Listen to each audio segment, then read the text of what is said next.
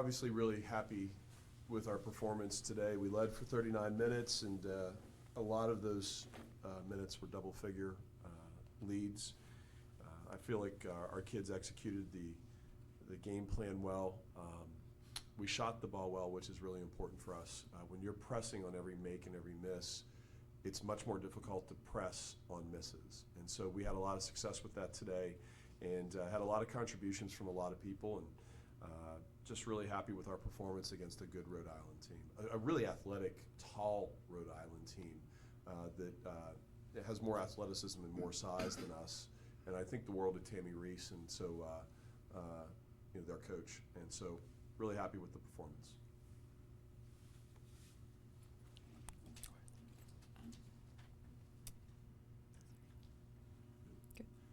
Coach, kind of just talk about shooting the basketball better after last week's performance. You shoot at 12 and 27 and 44% from three, 60% from the foul line, and just 45% overall with 4 players in double figures.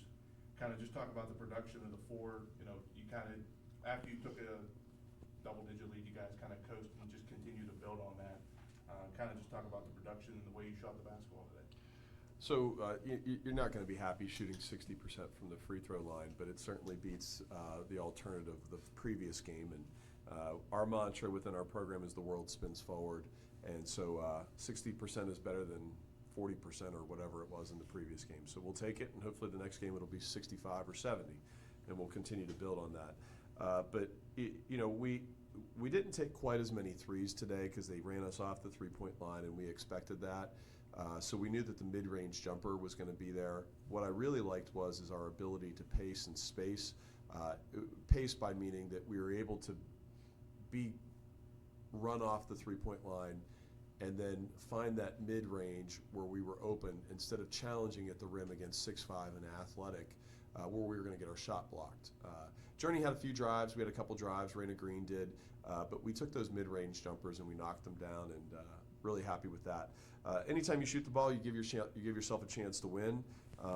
We not only shot the ball well, but we had 26 deflections and 16 turnovers. And when you have that kind of day against an athletic team like Rhode Island is, you're going to have success. In a game like today, when some of your younger players get some minutes, what do you hope they gain from a seasoned player like Megan McConnell? Well, our freshmen, we start 2 freshmen, 2 others are in the regular rotation, and then we have 2 others that are finding minutes. And that's why I think you're seeing our season as being a little bit up and down, because you have freshmen that when we go to VCU is their first road trip. They've never been on a road trip of any significance. Going to Penn State 2 hours is not really a road trip. Being on a bus for 7 hours to VCU is. And so there's going to be some ups and downs. They don't quite understand everything still to this point. It's our job to educate them. It's Meg's job too, along with Keandra and Journey. And so it's a collective effort to help those freshmen be up to speed. And at the end of the day, our goal is to be playing our best basketball and be mentally and physically fresh when we get to the end of February. Because once we get to the end of February, the next week is March, and that's what we play for. We play for the Atlantic 10 bid. Coach, you saw Gabby out there tonight, 12 points. She had 3 threes and 3 blocks. What does her two-way ability bring to the team? Wow, I didn't realize she had 3 blocks. She did. With H, there's a lot of potential, and that's a bad word for anyone, but in particular for her. We want her to be where her feet are and have success on a daily basis. And so we'll enjoy this till midnight with her as an individual, and then we'll move on to the next day. It's really important for her that she's always where her feet are. And today, her feet were in the paint, altering shots, blocking shots, but also her feet were ready and set on the catch, and she knocked down some big shots with a lot of confidence and did a really nice job of shooting the ball from the arc. And then you mentioned you guys are a younger team. I think Megan said the same thing. What does it mean to have veterans like Megan, like Journey, who can step in and be a coach on the court? They're still getting there. They're coaches on the floor. Megan does a lot of leading. Journey is finding her way with that role.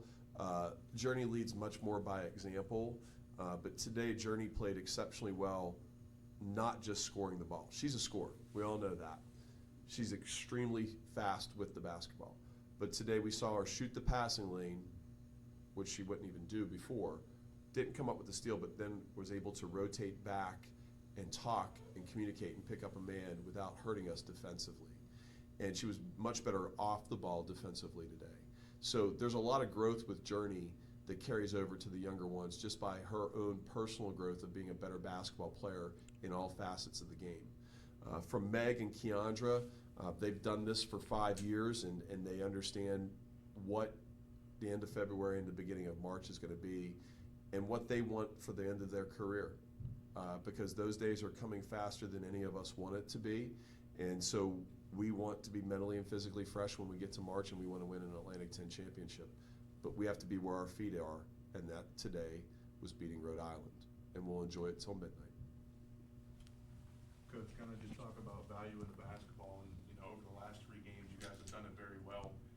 Entering the fourth quarter, you had 9 turnovers, but, some late turnovers with some younger players into the game. Just, over the last 3 games, just kind of talk about how you guys have valued it and taken care of it. It's, it showed in the win and loss column. Well, anytime you turn the ball over, you get mad as a coach. But you're going to have turnovers with the way that we play.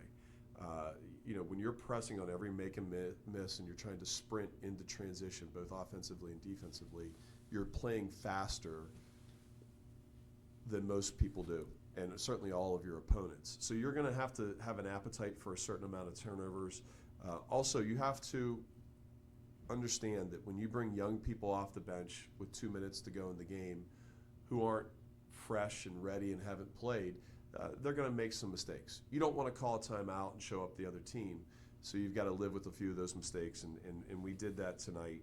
To turn it over 13 times against that type of athleticism, really happy about that. And probably the biggest part of it is that on the catch, they were where we were on offense. So we didn't have travel calls. I don't think we had a single travel call all day, and that would have been a turnover. So for us to catch it and be shot ready every time offensively was a really good thing today. Coach, how do you and your coaching staff keep this team motivated going into the final stretch of the season? I don't motivate anybody. I don't believe in rah-rah speeches. You come to Duquesne to win 20 or more games every year and to play in the postseason and get a world-class education. I don't believe in going in there and rah-rahing it up. You're going to walk out on that floor and you're going to play differently than just about every other Division I team in America.